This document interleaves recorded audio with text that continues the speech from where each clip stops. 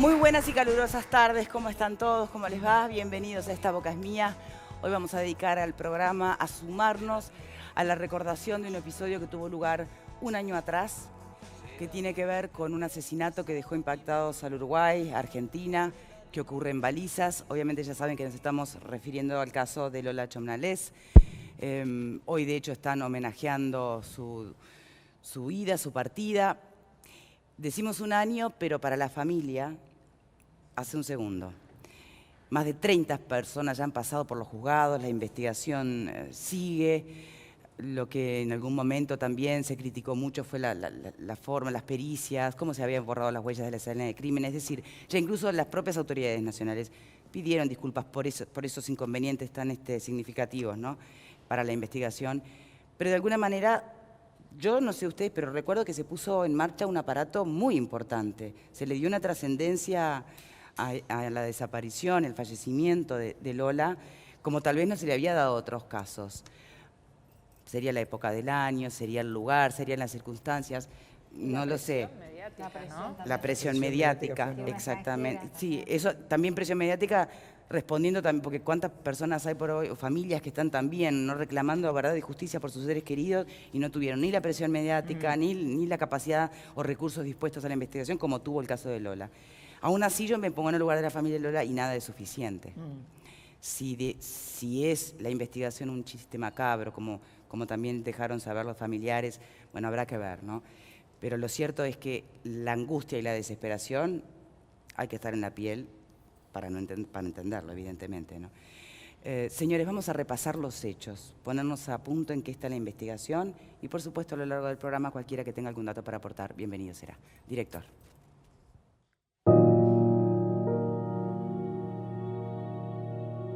El sábado 27 Lola Chomnales llegó a Balizas. Había viajado sola desde Buenos Aires en ómnibus.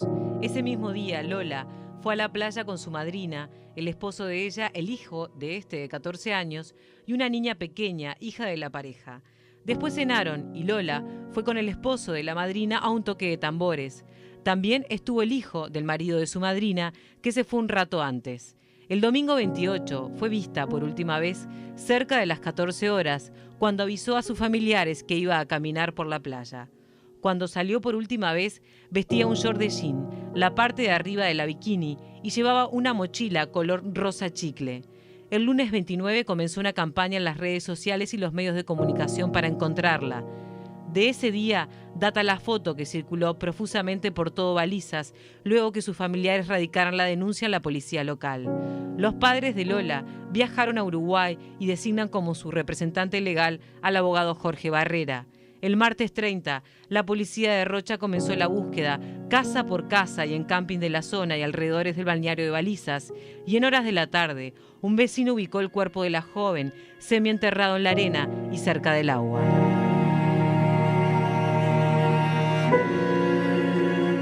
Los padres del adolescente dicen que no reciben novedades, que el fiscal no les atiende el teléfono y que no se sienten acompañados. Es para volverse locos, señala Adriana Belmonte, la madre de Lola. Para el padre, Diego Chomnales, la investigación es un chiste macabro. Creo que nos están tomando el pelo. Ojalá que hagan eso que no hicieron en un primer momento, pero no lo creo, sentencia.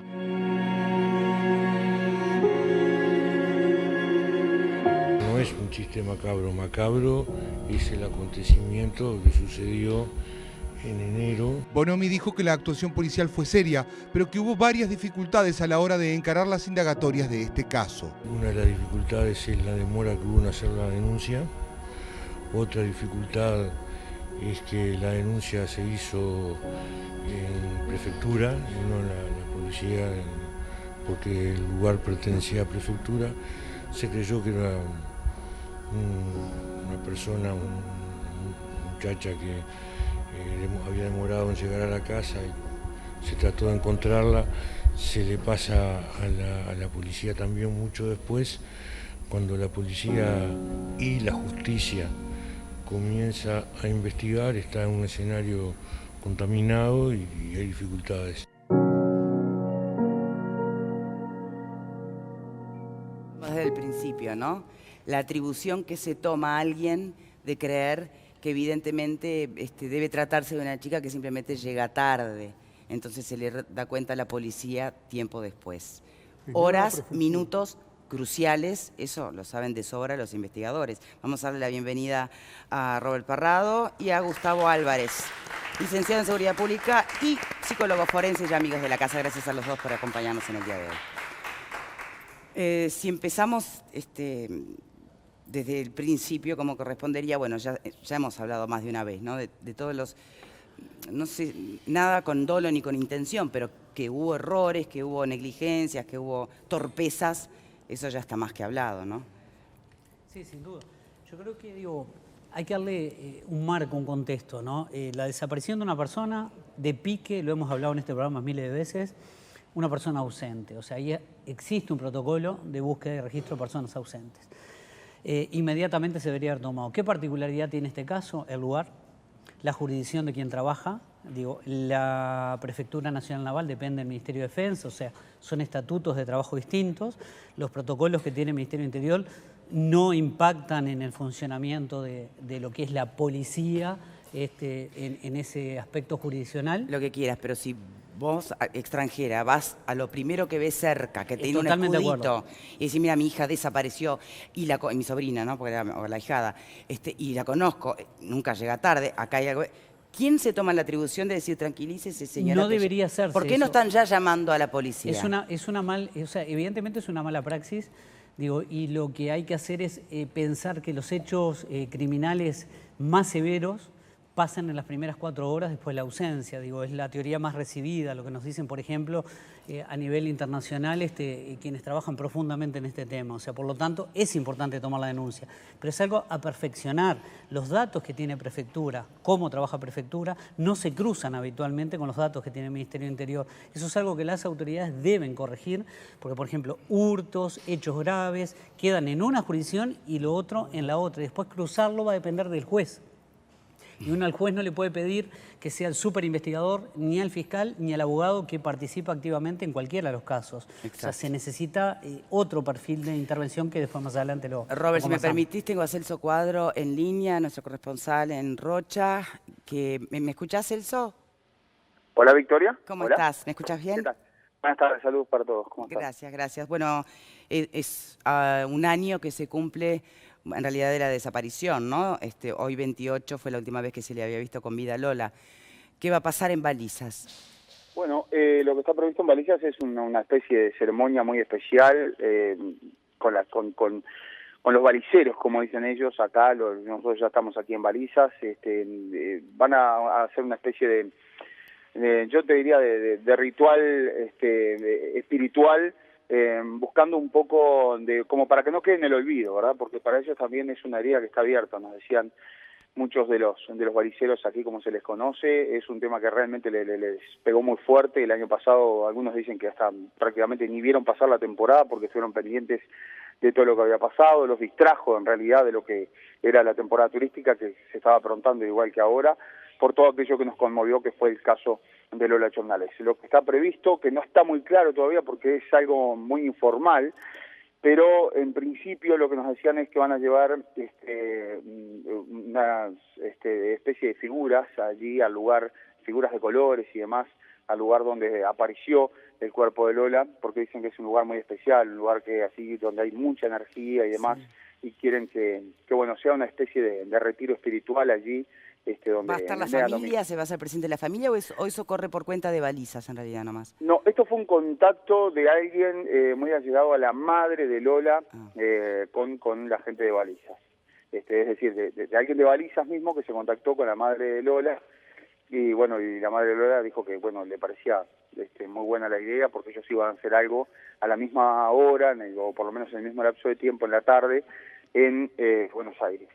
Entonces la idea era que para ellos era muy importante que también se recuerde que el caso de Lola todavía está impune y que de esta forma, sin hacer una gran movida, de una forma diferente, se puede recordar que hoy ya hace un año que Lola desapareció y murió, ¿no? Y que apareció muerta aquí en las costas de Rocha. Sí. Celso, una pregunta. Vos decías que, bueno, en Balizas, por supuesto, se mantiene la memoria y el recuerdo muy fresco de este episodio, sobre todo ahora que se repite, bueno, es el inicio de temporada, de alguna manera vuelve a estar sobre la mesa ese lugar como un destino turístico. Como todavía no se sabe nada y las hipótesis pueden ser múltiples, aún hoy, a un año, ¿en algún momento se dividió a Balizas este episodio? Es decir, ¿se dice que hay alguien que sepa algo que no dice?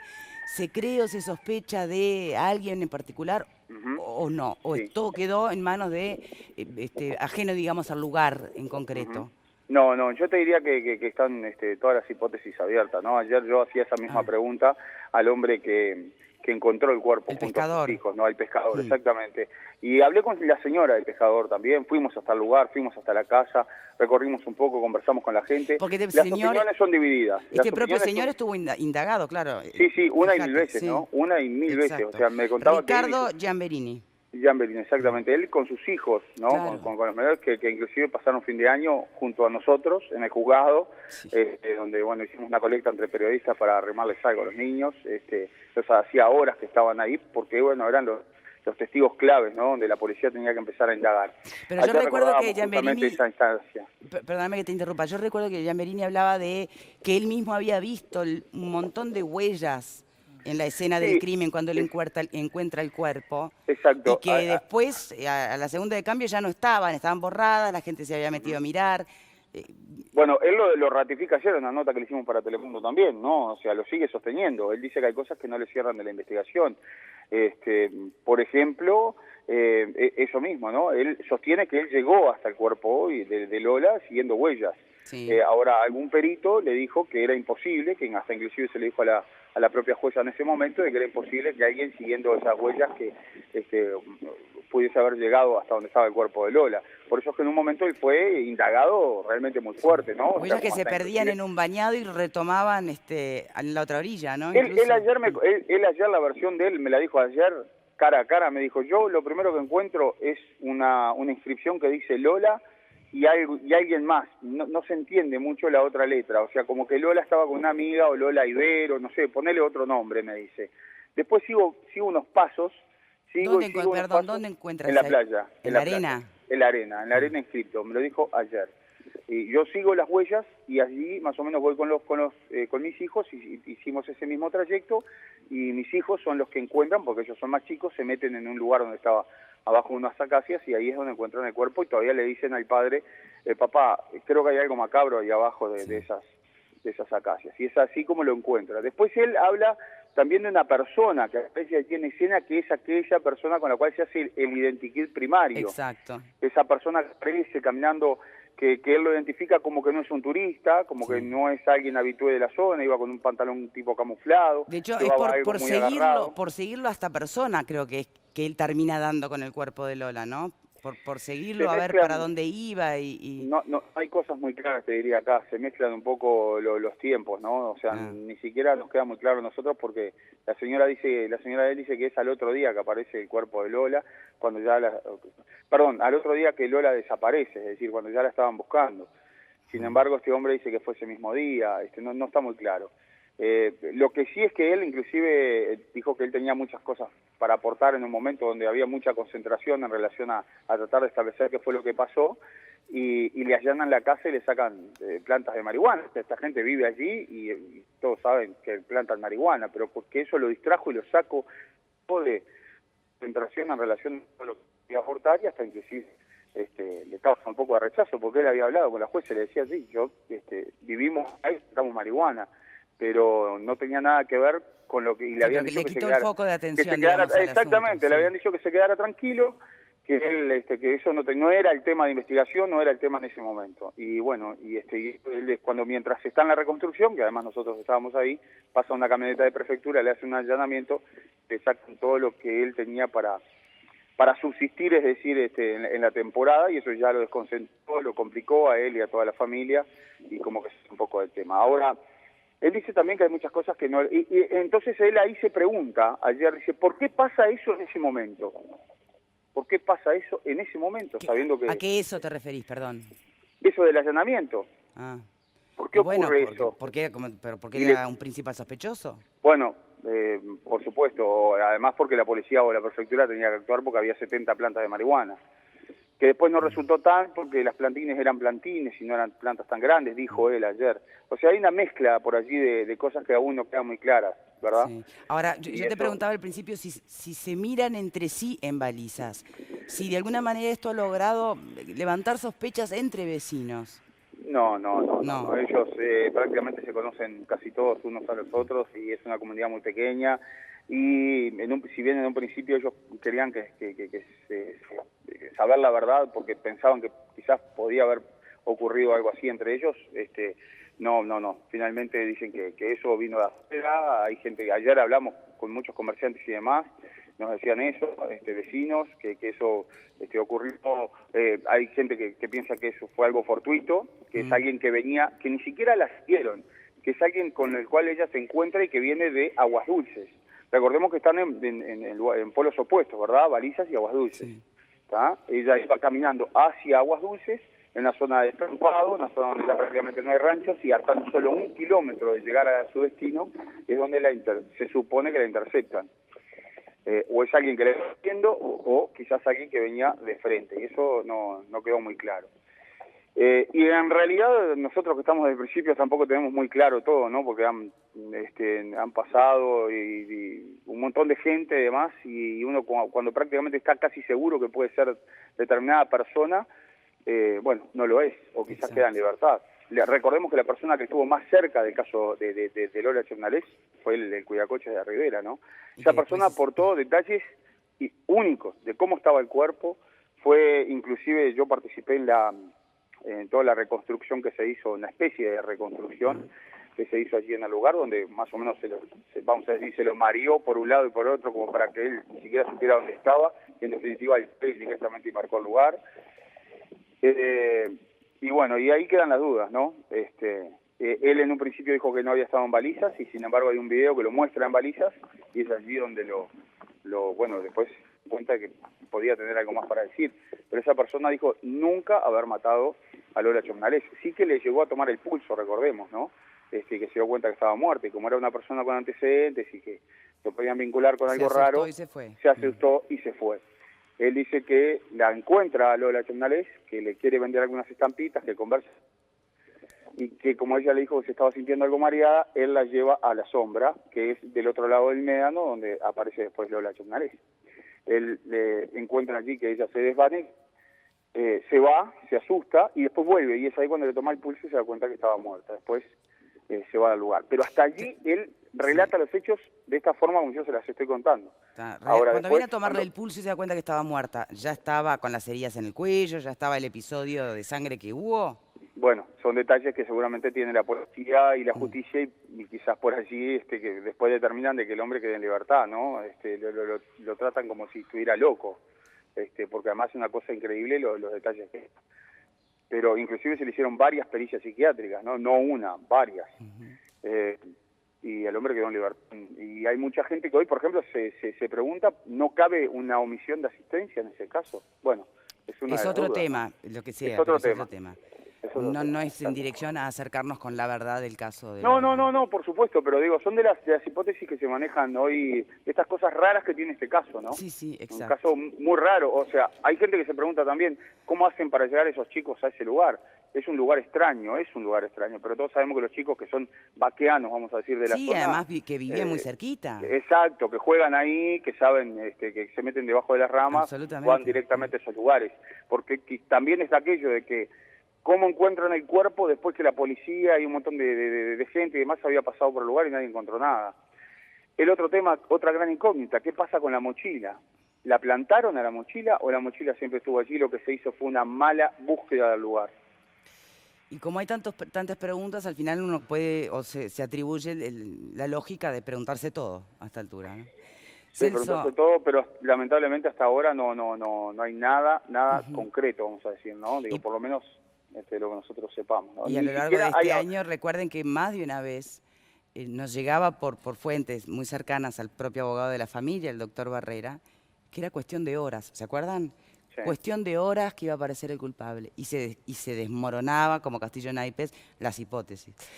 Celso, entonces me decías que va a haber un homenaje hoy en Balizas, algo, si bien con contacto con la familia, es de alguna manera también una inquietud de los propios lugareños, ¿no? Sí, exactamente, exacto, y que la propia gente de la zona se ha conectado, reitero, con la familia, con la madre de Lola y le pidieron ¿Qué pasa con la casa donde estaban quedándose la madrina?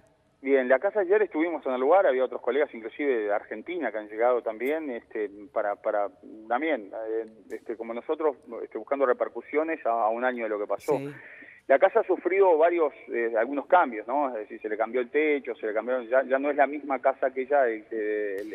Pero era una casa que habían alquilado también la familia de Lola. Una casa que habían alquilado, exactamente. Una casa que habían alquilado y una casa en la cual nosotros, por ejemplo, estuvimos al otro día. Es decir, una casa que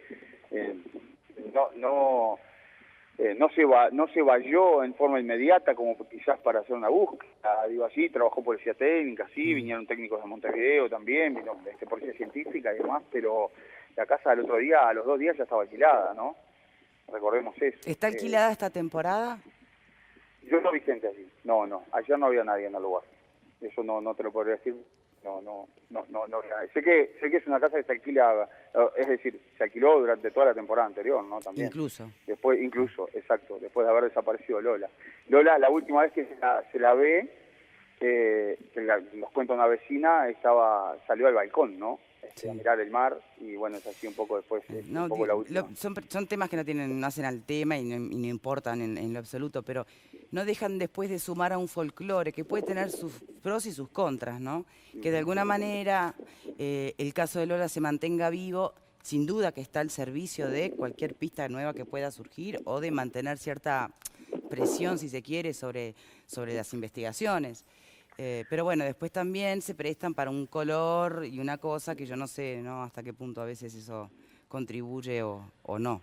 Pero bueno, son anécdotas al lado de lo importante, de todas maneras. Celso, ¿alguna información que nos puedas agregar? No, simplemente que yo creo que la investigación fue muy completa igual, ¿no? Yo hace mucho tiempo trabajo en esto y la verdad que nunca había visto el movimiento que se generó y la presión que hubo y la gente que estuvo detrás de pistas para lograr para lograr esclarecer el caso, ¿no? Creo que, bueno, se hizo todo lo que allí a la mano estaba, más allá de que quizás hubo algunos errores, como se han dicho, pero bueno, eso será... Sí, lo de quizás está de más, en realidad hubo errores que las propias autoridades también dieron... Sí, lo saben, se dieron cuenta, pero nada, y vemos que en algún momento se puede esclarecer, ¿no? En algún momento va a aparecer alguna pista, hay mucha gente que está segura. Sí, bueno, ojalá sea así. Que esto continúa, por lo menos me han dicho que ellos, hay muchos que no bajan los brazos, vamos a ver, ojalá podamos dar la noticia, ¿no? De que sí, paz para Lola. Gracias, Celso Cuadro, por este informe, gracias. Un saludo grande para todos, chau. Insisto con lo de si uno se pone en el lugar de la familia, no hay consuelo para estas cosas. Ahora, también les pregunto a ustedes como ciudadanos uruguayos, ¿no? Si les parece que la investigación, dejando de lado todas las torpezas del inicio, que si bien marcan la pauta de las complejidades actuales, pero hubo atención. Digo por las declaraciones que van y vienen, desde el dolor de la familia, de que la investigación es un chiste macabro, a lo que responde Bonomi, ¿qué sienten ustedes? Que se movieron, porque desfiló un montón de gente por el juzgado que no se ha visto en otros casos. Que el resultado no sea el que la familia quiere, estamos de acuerdo, pero de hecho no es la única chica, fuera de cámara hablábamos con Robert, que no es la única chica que está desaparecida en Uruguay. Hay un montón de chicas uruguayas que no han recibido ni un tercio de esta prensa. Y mucho menos la visita de una autoridad como ocurrió con el caso de Lola. Exactamente, entonces me parece que lo que tendríamos que cuestionarnos es cómo se encaran estos temas y si lo que Robert decía, que está separado lo que son los números de los delitos de prefectura, de policía, bueno, señores, pongamos la vista ahí. Ahora, creo que atención tuvo y que investigación hubo, que no dio frutos, estamos de acuerdo, pero tampoco me parece bueno que tengamos que recepcionar toda la crítica desde Buenos Aires porque me parece que ellos no están en posición de juzgar lo que sucede acá, cuando si hoy miramos el informativo, vemos lo que pasó en Argentina con esos que se fugaron de la cárcel y están removiendo autoridades. Entonces, me parece que tampoco tendremos que estar respondiendo por presión de lo que pasa enfrente. Sí, yo directamente, lo que diga la prensa argentina, lo que digan los argentinos y lo que digan los uruguayos sobre cómo nos actuó, me parece que es descartable. Pero sobre todo esto de lo de la prensa argentina, que venga a decir cómo se hacen o no se hacen las investigaciones en Uruguay. Acá ya se sabe, acá en este programa lo hemos tratado muchísimas veces, Robert ha venido, creo que también ha venido Gustavo a hablar del tema. Sí, sí. Ya hemos dicho y se ha dicho y las autoridades han asumido errores que se han cometido en la escena del crimen, etcétera, etcétera, pero también esa búsqueda incesante, como dice Marta. Que se trabajó, se trabajó. Ahora, si no dieron los resultados para encontrar a alguien, es una pena y es terrible. Y para la familia me imagino, bueno, ni siquiera me imagino, ¿no? Pero es algo espantoso, la impotencia, pero no porque no se le preste atención o esté todo mal, es que no se encontró. Pero por otro lado también hay una cosa que nos temíamos, y creo que acá alguna vez lo dijimos, es con toda esta presión para encontrar el asesino de Lola, a lo mejor cualquiera va para adentro. Y no pasó, y eso me parece que habla bien de este caso también, que no cualquiera fue para adentro. Por encontrar un culpable, habiendo pasado y desfilado por el juzgado más de 30 personas. Sí. Y eso me parece que está bien. Es totalmente comprensible el interés que el caso ha despertado tanto en Uruguay como en Argentina. Veamos un poco el contexto en el cual ocurre esto. Ocurre un 28 de diciembre, en los albores de una temporada turística. En un lugar, que está creciendo en aceptación entre turistas argentinos, un lugar quizás reservado para una élite de veraneantes, pero que se ha posicionado muy fuerte en el turismo, sobre todo argentino. Cuando está comenzando esa temporada, desaparece una joven que no cumplió todavía 18 años. Es natural que todo el mundo quede impactado, los veraneantes que están ahí, que están un poco más lejos, pensarán, bueno, le puede pasar a cualquiera, sale una chica a caminar por la playa y desaparece. El impacto que tiene en la República Argentina. Y tan grande fue el impacto que hubo mucho zigzag en las primeras declaraciones. Recordemos que cuando se confirma que la chica aparece el cadáver de Lola, lo primero que aparece, digamos, como hipótesis que se instala por parte de autoridades tanto municipales, porque hasta las autoridades municipales de Rocha en aquel momento hicieron declaraciones a la prensa, como algunas primeras declaraciones del jefe de policía que después, la verdad que se llamó a silencio, apuntaban a la familia. Esa es la realidad. O nos olvidamos que sin ningún tipo de prueba se instalaba la sospecha sobre que el asesino estaba vinculado a la propia familia. Fíjense, esa familia no solamente tuvo que pasar por la tragedia de la pérdida de una hija o de una sobrina, sino que además en las primeras horas los dedos apuntaban hacia ahí. Si se revisan los archivos del informativo de Telemundo, se van a encontrar declaraciones de jerarca municipal. Directamente a la pareja de la madrina, incluso después hasta al hijo de la pareja de la madrina. Hubo mucho zigzag, Hay que asumir también ese tipo de errores. Bueno, son errores, pregunto, cuando una investigación termina apuntando adentro de tu propia casa. No, pero... ¿Es un error o también queremos que eso sea? Porque si no no sos. Ahora, que no se descarte ninguna. No, pero miralo desde otro lado. Al comienzo y sin ninguna prueba. Ese tipo de al datos. comienzo. Pero ahí los medios.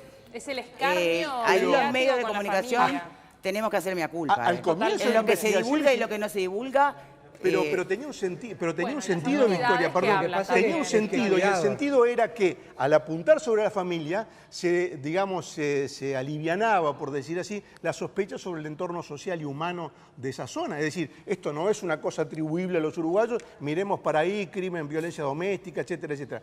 De alguna manera, la hipótesis que sobrevolaba era esa, sino qué sentido tenía que sin ninguna prueba se apuntara al núcleo familiar. Bueno, las estadísticas, ¿no? Las estadísticas también explican el por qué se siguen determinados caminos en las investigaciones. Si no son el caso, se irá para otro lado. No, pero el relato que hace Celso Cuadro de los pasos que dio la chica, de alguna manera, yo creo que esa misma investigación desde el primer día, yo creo que descartaba cualquier otra implicancia. Victoria, muy breve, prefiero no matar al mensajero en este caso. Fue un hecho mediático excepcional, fue indudablemente muy inflado por la prensa en los dos márgenes del Río de la Plata, pero no matemos al mensajero. O sea, los errores cometidos y las sospechas, como dice Graciano, un poquito livianas que se difundieron al principio, no son culpa de la prensa, sino que son culpa de una manera como hay que operar en estos casos, donde muchas veces la gente fracasa por el mismo entorno mediático. O sea, al final parece como que las personas que tienen a su cargo una investigación se subieran un poquito al circo mediático y buscaran también su protagonismo, lo cual es embromado. No es una cuestión de matar al mensajero, Álvaro, y te digo porque yo en ese momento estaba trabajando en un medio donde se cubría este caso. Entonces no es una cuestión, matemos al mensajero. Nosotros de repente tratábamos de hacerlo de la manera más correcta o que nos parecía más correcta, pero siempre tenés un desliz, siempre te vas. Claro, y te vas porque recibís un dato que no deberías haber recibido.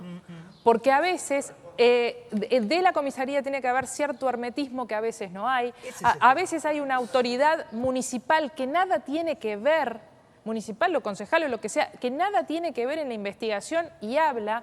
Y a veces nosotros no caemos en que no tenemos que repetir determinadas cosas porque terminamos alimentando este tipo de sospechas y este tipo de escarnios públicos a personas que de repente no tuvieron nada que ver. En este caso yo creo que tenemos cierta responsabilidad los que divulgamos los mensajes, como la tienen también el mensaje que sale adentro de la comisaría. Claro, ese es el primero. Y después estamos todos los demás que seguimos. O sea, pero eso que se escapa, esa fuente que te reveló tal cosa que la investigación va por tal lado, eso se tienen que cuidar mucho más. Yo recuerdo que en este caso, en la cobertura de este caso, desde la Jefatura de Policía Departamental de Rocha, se decían muchísimas cosas y yo llamaba al Ministerio del Interior para chequear esas cosas y me decían, no. Oficial no es, dato oficial no es. Entonces había entre los datos que vos podías considerar oficiales porque salían de la Jefatura de Policía de Rocha, pero por otro lado los querías chequear para poder publicar, tenés que chequearlo, y no coincidían. Entonces pasaba eso todos los días. Entonces ahí había un problema interno de las cosas que se podían decir y las que no se podían decir. Claro, por eso es... que tuvieron prensa, Álvaro, porque es normal, a ver, cuando un caso recibe mucha prensa y la gente empieza a filtrar y a opinar porque necesita el protagonismo, decir estoy haciendo algo y voy por tal lado, empiezan a hacer esos comentarios que no tienen fundamento. Pero ¿sabes qué es lo que más me preocupa a mí? Como uruguaya, que la policía o la gente que se dedica a esas investigaciones no tenga las herramientas para hacerlo de mejor manera y entonces terminan pagando justos por pecadores y se critican a la familia o a gente inocente que terminó desfilando, como el pescador ese que dice que está deseando que aparezca el culpable para que no lo citen más. Bueno, y aquel hombre que en la prensa argentina cayó fulano de tal. Cayó fulano de tal. Decían nombre, apellido, lo ponían. Hubo dos canales argentinos, C5N y TN, que estaban todo el día, su programación era hablar del caso de Lola, y hablaban de esta persona que habían detenido como indagada en un momento y después quedó libre, como el culpable. Y ya era el culpable, ya está. Sí, no, tal cual. Entonces, a veces tenemos que hacer un mea culpa. Lo que pasó en los canales argentinos, Álvaro, yo no sé si vos lo recordás, pero fue tremendo, tremendo. Ahora, perdón, pero simplemente, además, no hay que olvidar que también, repito el enfoque, al comienzo de la temporada turística, el turismo también es una actividad económica muy importante. Si se establecía la sospecha de que en Uruguay había una especie de asesino suelto en las playas de Rocha, obviamente gente que estaba pensando en venir a veranear a Rocha lo iba a pensar dos veces. O sea, la cobertura día y noche de los canales argentinos tampoco era una cosa inocente, porque hay una actividad turística que dependía de eso. También. Como se magnifican los accidentes de tránsito a veces los medios argentinos de argentinos que tienen acá. O sea, hay cosas que parecen interesadas, pero a lo que yo me refiero es que, en última instancia, si la jefatura de policía de la zona tira un bolazo que no es respaldado por el Ministerio del Interior, la responsabilidad igual es del Ministerio del Interior, porque si no estamos como el expresidente de ANCAP que dice que bueno, la culpa la tenían mis gerentes, o sea, la responsabilidad es de él.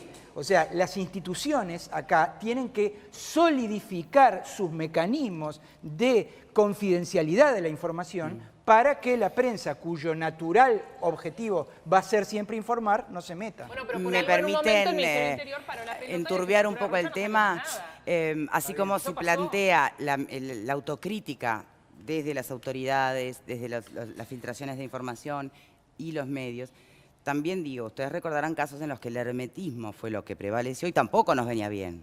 Acuérdense el caso de cuando secuestraron a Salomone.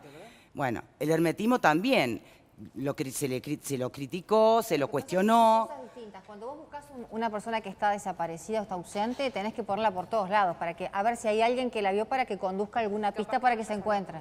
En el caso de esta chica que ya el resultado estaba consumado, como que capaz que los elementos de la investigación tendrían que haber guardado cierta privacidad para evitar esos comentarios de difamación. Yo me imagino. Pero me consta que después hubo un parate y la jefatura Sí. de Rocha se cayó la boca. En un momento hubo un lineazo del Ministerio del Interior, se callan toda la boca. Somos y se callan conscientes que frente a un episodio de esta naturaleza que tenga que ver con un crimen o un delito muy importante, uno termina expuesta, la intimidad de tu propio entorno y familia termina expuesta. Sí, claro.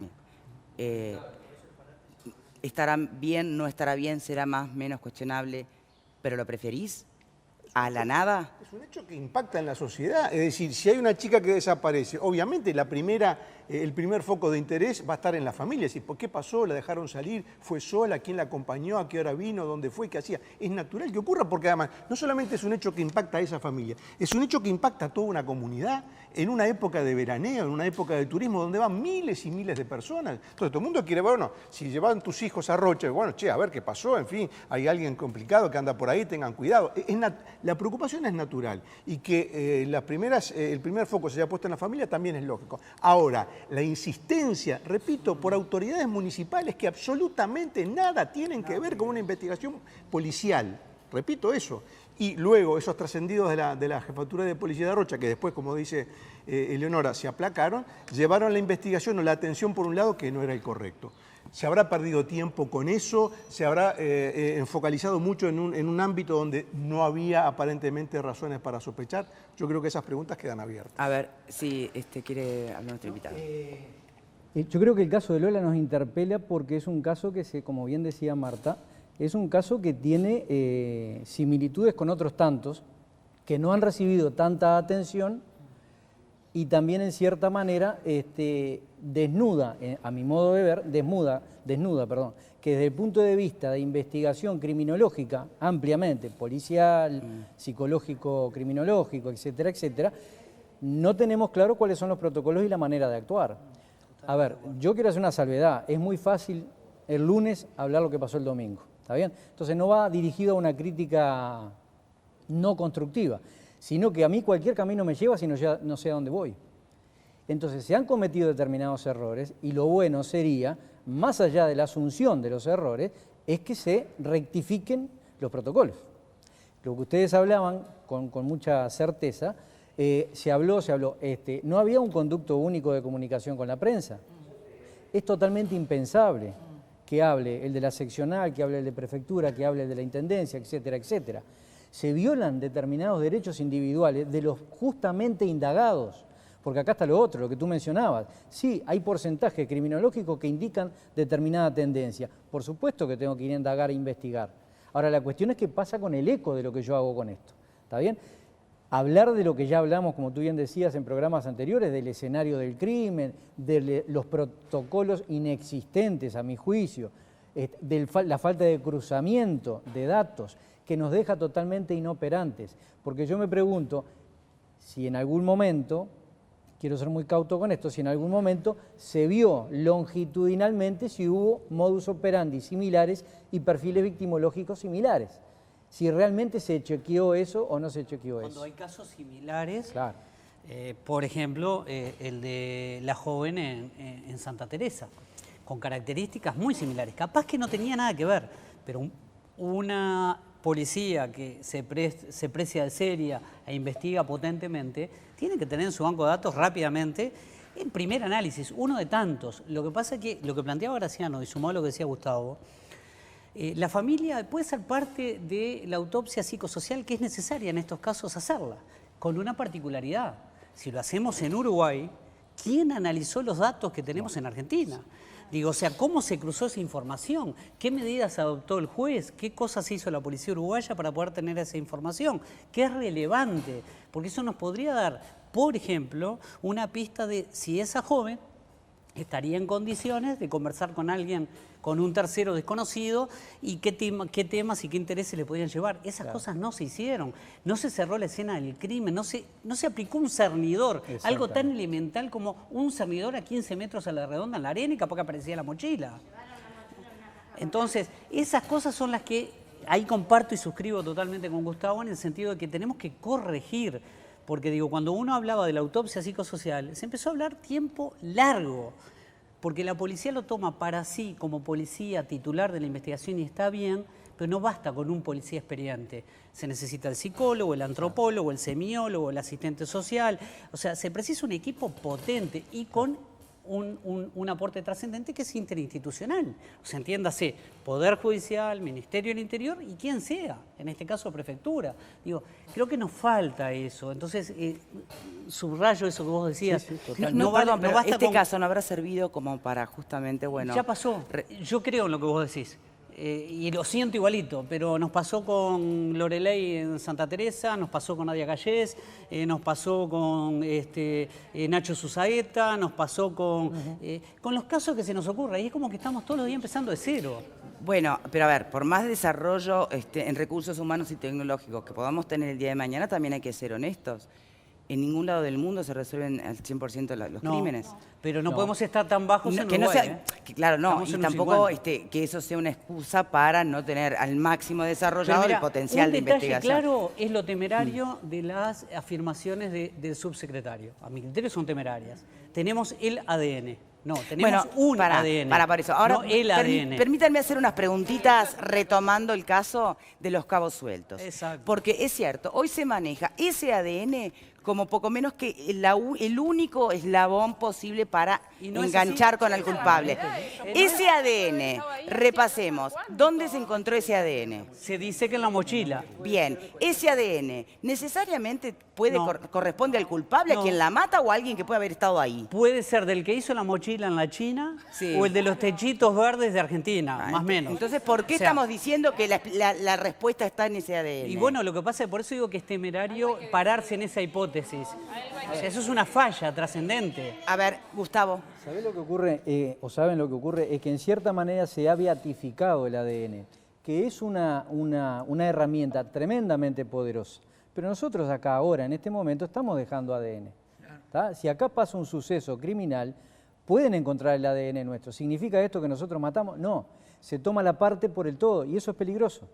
Porque el día que encontremos eventualmente a quien es el propietario de ese ADN de la mochila, prácticamente vamos a apuntar todas las baterías y prácticamente ya de antemano va a ser el culpable. Un efecto, el que vendió la estampita que dice que encontró, que se fijó si respiraba y todo lo demás, en otra etapa de Uruguay sin ADN, era el que dio toda la información, dio datos que otro no podría conocer. ¿Qué deberíamos haber hecho además ahí? Saber de quién es esa persona, o sea, estudiarla, analizarla, ver la familia, de dónde viene, cómo viene, qué características personales tiene. ¿Cuáles son los cabos sueltos que quedan de indagados que hoy están, Lo que pasa es que cada indagado lo han cruzado con el ADN y si no cierra el ADN, lo dejan en libertad. Bien, olvídate del ADN. La pregunta es en referencia, perdóname, Eleonora, la pregunta es cabos sueltos de personajes como, por ejemplo, el que cuida los coches en Rivera. ¿Qué otros personajes han quedado ahí como en el aire que uno no entiende mucho qué pasó? Lo que pasa es que es mucho más complejo, porque en zona de veraneo y en época de veraneo, la población cambia y desaparece apenas terminó el verano. Entonces vos puedes que esa persona que la ultimó esté viviendo en Brasil o en la China, no sabemos. Eso implicaría un modelo de abordaje mucho más intenso para una investigación en este tipo de zonas cuando pasan sucesos como estos. Y es al revés, porque vos vas con niveles de alerta muy bajos y es normal pasear por una playa, pero claro, cuando a mí me tocó personalmente investigar el caso de la gurisa de Santa Teresa, nosotros hicimos la caminata por la playa 3, 4, 5 veces y estuvimos instalados 2 semanas tratando de ponernos en el lugar y entender. Y hay gente que decía, ¿cómo puede ser que, bueno, la hipótesis de que la había ultimado, caminó por la duna y la semitapó? Y vos decís, bueno, y se hizo un estudio que dio el perfil de la persona que 3 años después se detiene. Entonces uno dice, eso en esta oportunidad se hizo. Yo creo que nos están faltando, no es solo las personas, sino cómo llegamos a esas personas. O mejor dicho, cómo llegamos a una posibilidad de persona que la haya ultimado y no a la persona. Eso que señala Robert es bien importante. El perfilamiento criminal es una técnica de investigación que conifica en cierta manera y da determinados probables culpables. O sea, descarta algunos y pone en otros. Exactamente. O sea, hay algunos que de ninguna manera pueden llegar a hacerlo y hay otros que son o están en el foco del interés investigativo. Eso es lo que hace un perfilamiento que y lleva de los que han partes, circulado ¿no? por los juzgados. ¿Perdón? Y de las 30 personas más o menos que han circulado como indagados por los juzgados. No te voy a pedir nombres porque no corresponde. Para ti se han dejado, desde tu experiencia profesional, ¿se han dejado pasar posibles sospechosos? Lo que siempre digo, sin tener los elementos concretos del caso, es muy difícil hacer una hipótesis más o menos certera y científica. De todas maneras, lo que mencionaba el periodista que hablaba en Celso Cuadro. Celso Cuadro, a mí me llama, al igual que a Robert, poderosamente la atención de que si hay algún individuo que da elementos que solo alguien que estuvo allí, muy particulares y en un momento muy particular, no se haya ahondado en la investigación. Se menciona que hubieron varias pericias psiquiátricas. Eso no aporta gran cosa, y quiero decirlo claramente. ¿Qué puedo decir? ¿Una estructura fenomenológica de personalidad? Sí, pero cualquier estructura de personalidad es capaz de cometer un crimen, cualquiera de nosotros, inclusive. Ahora, ¿Está bien? Gustavo, Robert, una pregunta, porque nosotros estamos diciendo lo que sabemos o lo que trascendió que se hizo, pero debe haber algunas cosas, ojalá, que no trascendieron, pero también se hicieron. Entonces, y me parece que está bien porque responde a lo que decíamos en el primer bloque. Hay cosas que no hay que andar diciendo todo el tiempo lo que se hace, pero que me enteré capaz que se hicieron cosas que nosotros no sabemos o no estamos manejando y creemos que se ha estado omiso en hacer esas cosas y más o menos se han hecho. Digo, Claro, no sé. por eso hago la salvedad. De todas maneras, de lo que se vio, hay cosas que sí son Sí, no, de lo que objetivas. se vio está claro, pero hablamos de lo que se vio y no Preparando de lo que para a lo hoy, mejor no. digo, una Sí. de las que me llamó la atención, que me pareció reinteresante, es el cruzamiento ADN con toda la población carcelaria. Digo, creo De que está Uruguay bueno. y de Argentina se cruzó y de ese ADN. Argentina, lo cual es muy importante, de una parte, pero es seguimos importante. apuntando Pero a la quedamos ADN, enganchados en el ADN. no en Y yo todo creo lo que acá se precisaría otro modelo de intervención, digo, que Gustavo me consta que lo comparte porque lo hemos conversado, digo, multidisciplinario, digo, donde realmente haya más de una cabeza trabajando para sostener la investigación también, porque ahí tenés que vincular también lo que siente y vive la familia, que es entendible. Yo estaría re enojado, re caliente, pero digo, bueno, si a mí me dan buena información y los canales de comunicación con las autoridades son saludables, a mí me hace sentir mucho más tranquilo porque sé lo que se está haciendo. Cuando se aplique el nuevo Código del Proceso Penal, donde los fiscales van a estar a cargo de la investigación, ¿vos crees que alguna de estas cosas se pueda aplicar o pueda cambiar para mejorar? Yo tengo mis reservas, digo, pero es por una cuestión filosófica, ideológica, digo, del fiscal trabajando directamente con los policías. A mí me parece que me da muchas más garantías el juez, digo, en ese proceso de trabajo. Pero más allá de eso es poner un fiscal a cargo de la investigación. Es más o menos si no te va a atender mismo, el teléfono, no te va es a lo cambiar mismo. mucho más en la No investigación solo porque eso. lo va a hacer con la Hoy propia la familia policía, se ¿no? queja de que No el solo fiscal no eso. le atiende el teléfono. O sea que desde ese lugar no Y el habría mucha abogado- diferencia. La investigación la va a dirigir el fiscal. Sí, O sí. sea, todo este tipo de cosas que Está se bien. van a pedir las va a ordenar el Hay un el lugar fiscal. Digo, va a donde haber ir y un preguntar. orden, por lo menos, por decirlo de alguna Sí. manera. Bueno, ¿sabés? eso podría ser positivo si ordena un poco toda la investigación. Hoy lo haría el juez, pero igual pasa esto. Pero la cuestión, yo insisto en esto, que es independiente. que el fiscal investigue, que sea adversarial, inquisitivo, bueno, no importa, el sistema, el nuevo sistema, que quien investigue, si sigue sin tener capacitación, no exclusivamente como operador jurídico, vamos a seguir siendo lo mismo. Porque tú no podés, cualquiera de nosotros, no puede buscar algo que no percibe, ¿está bien? Entonces yo reitero lo mismo, cualquier camino nos lleva si no sabemos a dónde vamos. Un ejemplo. Pensando en un tema de orden, Bueno, más pero que un nada, ejemplo, ¿no? el perfil... Con cuando- capacitado. Cuando Sí, se hizo la hablar. perfilación criminal del caso de Santa Teresa, una de las posibilidades que nosotros manejábamos, me acuerdo, era, puede ser una persona vinculada a tal espectro social, con tales características, con un discurso que le puede llegar a la persona por esto y por esto, de una edad aproximada de más o menos entre 20 y 35, ni me acuerdo bien ahora qué fue lo que pusimos, pero cuando lo detienen, cerraba. ¿A quién le sirve eso que pusimos? Porque eso es algo muy general, Sí. al investigador. Pero ¿qué pasó? Hubo un identikit también, otra línea de acción. Nosotros incluso cambiamos la palabra sospechoso por la de principal testigo. Testigo, claro. Porque cuando uno te llevan como sospechoso... Imagínate que te vieron en la escena y solo pasabas Yo voy a la por ahí. defensiva, si me vas a llevar preso. Exacto. En cambio, si soy el principal testigo, voy de buena onda. ¿Me entendés? Absolutamente, claro. Si vas de testigo no precisas abogado, Tenemos si que vas de hacer, sospechoso, sí. Claro. tenemos que hacer la primera pausa. Vero, buenas tardes. Buenas tardes, Victoria, para ti y para todos. Y bueno, justamente la pregunta de hoy con respecto al caso Lola es, ¿crees que se encontrará el culpable? Y nos puedes contar tu opinión enviando un SMS al 1212 con la palabra Boca 1 por la opción sí y Boca 2 por la opción no. También podés enviar tus comentarios a través de nuestro mail a estabocasmia@tele12.com, a nuestro Twitter @estabocasmia12 y si lo preferís a nuestro Facebook estabocasmia12. Si además querés dejarnos algún comentario para que lo podamos leer en la pantalla, tenés que enviar un mensaje de texto con la palabra Boca, dejás un espacio, nos comentás y lo mandás después al 1212. A mí siempre me impresiona hasta dónde un ser humano puede morir aferrado a su bandera del secreto o la mentira, ¿no? En cualquier instancia.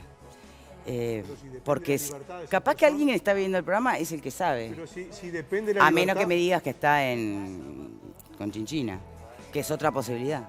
Y que justo pasaba ese día por ahí. Pausa y ya venimos.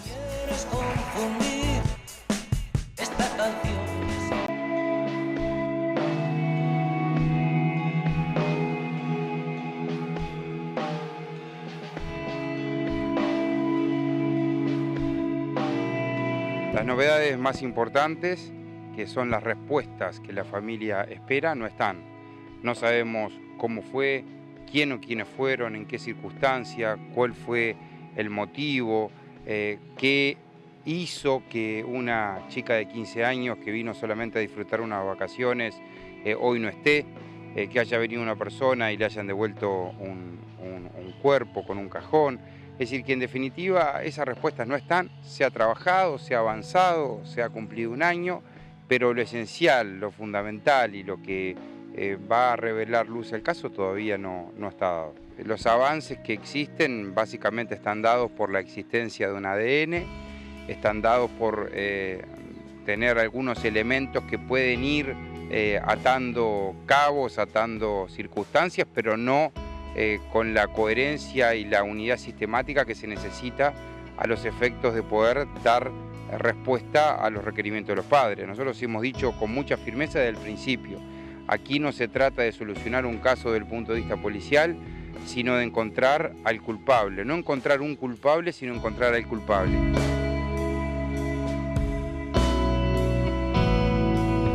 Yo creo que la familia está muy dolida. Este crimen nos dolió a todos, ¿no? Como todos los crímenes. Este también fue un crimen muy mediático, donde hubo mucha gente y mucha prensa en el entorno de él. Yo creo que lo más importante es que tenemos el ADN de la persona que cometió el homicidio. En algún momento lo vamos a encontrar, La base de datos de ADN que tiene la policía es cada vez mayor.